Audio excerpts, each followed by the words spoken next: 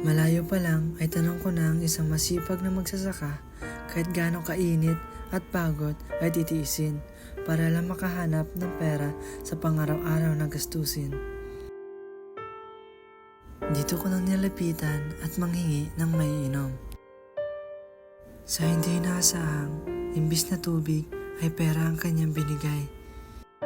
Kahit gaano kahirap ang kanilang sitwasyon, ay handa pa rin silang tumulong at magbigay. At dito ko na sinabi na kami ay gumagawa lamang ng social experiment. Napangiti siya at nagulat sa aming sinabi. At sabay tanong na hindi pala totoong pulubi ang nanghingi ng tubig sa kanya.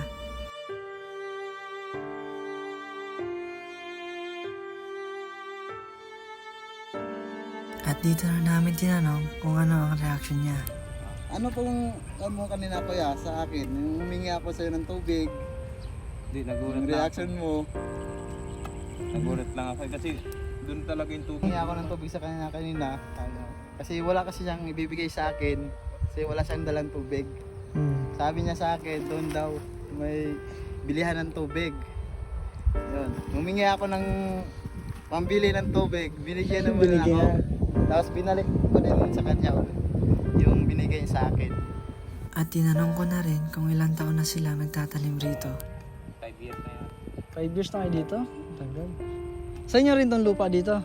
Hindi, binabayaran lang. Ah, parang ano, Mga dayo lang din kami dito. dayo lang. Tapos binabayaran nyo pag nakabenta kayo nito? Hindi, isang kalating taon. Marami na rin kayo natulungan dito? Mga dumadaan din dito. Dito? Mga ganito rin? Dahil sa kahirapan, Aral ka pa? ang tapos niya. Hindi na? Ano tapos mo? Grade 8 lang. Grade 8? Mahirap lang. Mahirap buhay. Dito na kami nagbigay ng konting tulong dahil sa kabutihan ng kanyang pinakita.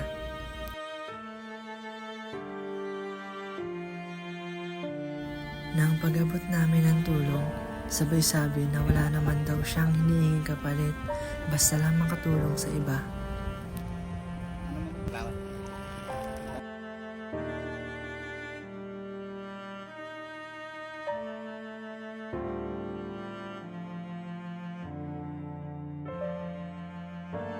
At sinabi niya na marami na rin daw siyang natulungan kaya normal na lang daw sa kanya ang magbigay.